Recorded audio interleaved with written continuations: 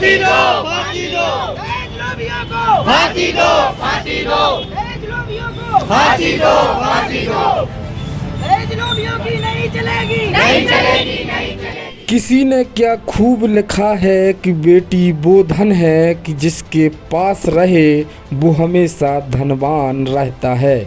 नमस्कार, आप देख रहे हैं आज़ाद समाचार। मैं हूं चंद्रभान सिंह लोधी। बीते दिनों दमोह जिले में एक दर्दनाक दिल दहलाने वाली घटना घटी। एक बेटी को अपनी ससुराल में जिंदा मार दिया गया। कारण था दहेज। बेटी के पिता ने ससुराल पक्ष के लोगों के द्वारा मंगाया हुआ पैसा नहीं दिया तो उस बेटी को मार दिया और लाश कुएं में फेंक दी। बताया जा रहा है कि बेटी दमोह की है जिसका नाम धारणा रजक था। धारणा रजक की शादी पन्ना में हुई थी। जब से शादी हुई उसी के कुछ दिनों बाद से ससुराल वाले धारणा रजक को परेशान करने लगे और वह दहेज के नाम पर पैसे मांगते रहे। बताया जा रहा है कि शादी के बाद से ही धारणा रजक को परेशान किया जाता था। धारणा रजक कानून की छात्रा थी। उसके बावजूद भी ससुराल वालों ने उसे परेशान किया। दहेज के नाम पर पैसे ऐंठने की बात सामने आई। जब नहीं दिया तो उसे मार दिया। हाल ही में एक ऑडियो वायरल हुआ था जिसमें धारणा रजक अपने पिता से मासूमियत भरी आवाज़ में बोल रही है, दे दो ना पापा और फ्री करो।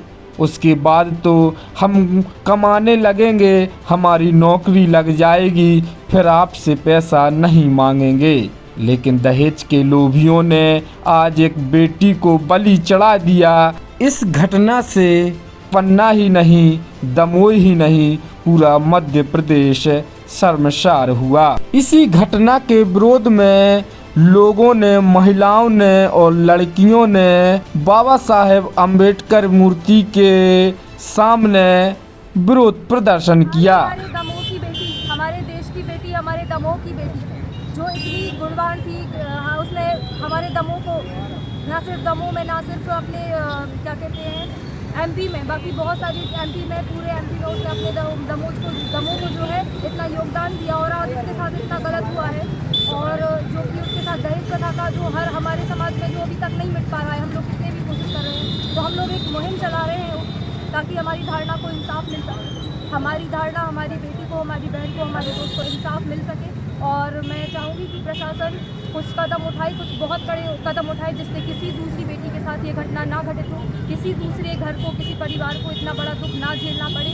और उसी के उपलक्ष्य में आज हमने यहाँ अम्बेडकर चौराहा दमोह पे हम लोग ने कैंडल मार्च रखा है और उसे श्रद्धांजलि दी है। तो हम लोग बस यही चाहते हैं कि दहेज का जो है, दहेज प्रथा का अंत हो और ऐसे दोषियों को कड़ी से कड़ी कार्रवाई करके उनके ऊपर फांसी की सजा उनको जरूर। कि आज मेरी बहन के साथ बहुत दुखद घटना हुई है। उसको कई प्रकार से प्रताड़ित किया गया था और दहेज के प्रति तो इतना प्रताड़ित किया गया कि हम लोग समझ भी नहीं सकते। उसको कुएं में मार के फेंक दिया था उन लोगों ने। और दहेज लोभियों के लिए केवल एक ही सजा है, फांसी, केवल और केवल फांसी। और दहेज लोभियों के लिए फांसी ही मिलनी चाहिए। मैं तो सरकार से यही गुहार करती हूँ कि सजा कोई नहीं, केवल फांसी दहेज लोभियों को, क्योंकि ऐसे कई लड़कियां मर सकती हैं दहेज के कारण। बता दें कि यह एक पहली घटना नहीं है।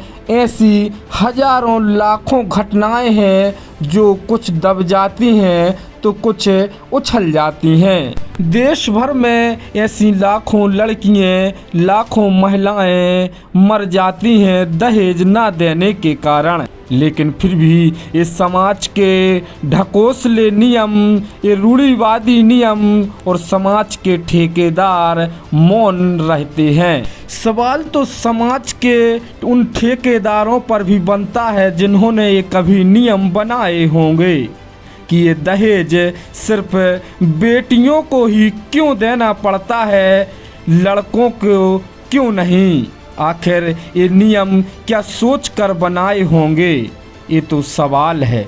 लेकिन आज 21वीं सदी में यदि ऐसी घटनाएं निकल कर आती हैं तो यह शर्मनाक ही नहीं बल्कि ये सोचने वाली भी है कि हमारी पढ़ाई का क्या मतलब है, हमने क्यों पढ़ाई की जब यही रूढ़िवादी नियम पर हमें चलना था। ब्यूरो रिपोर्ट, आज़ाद समाचार।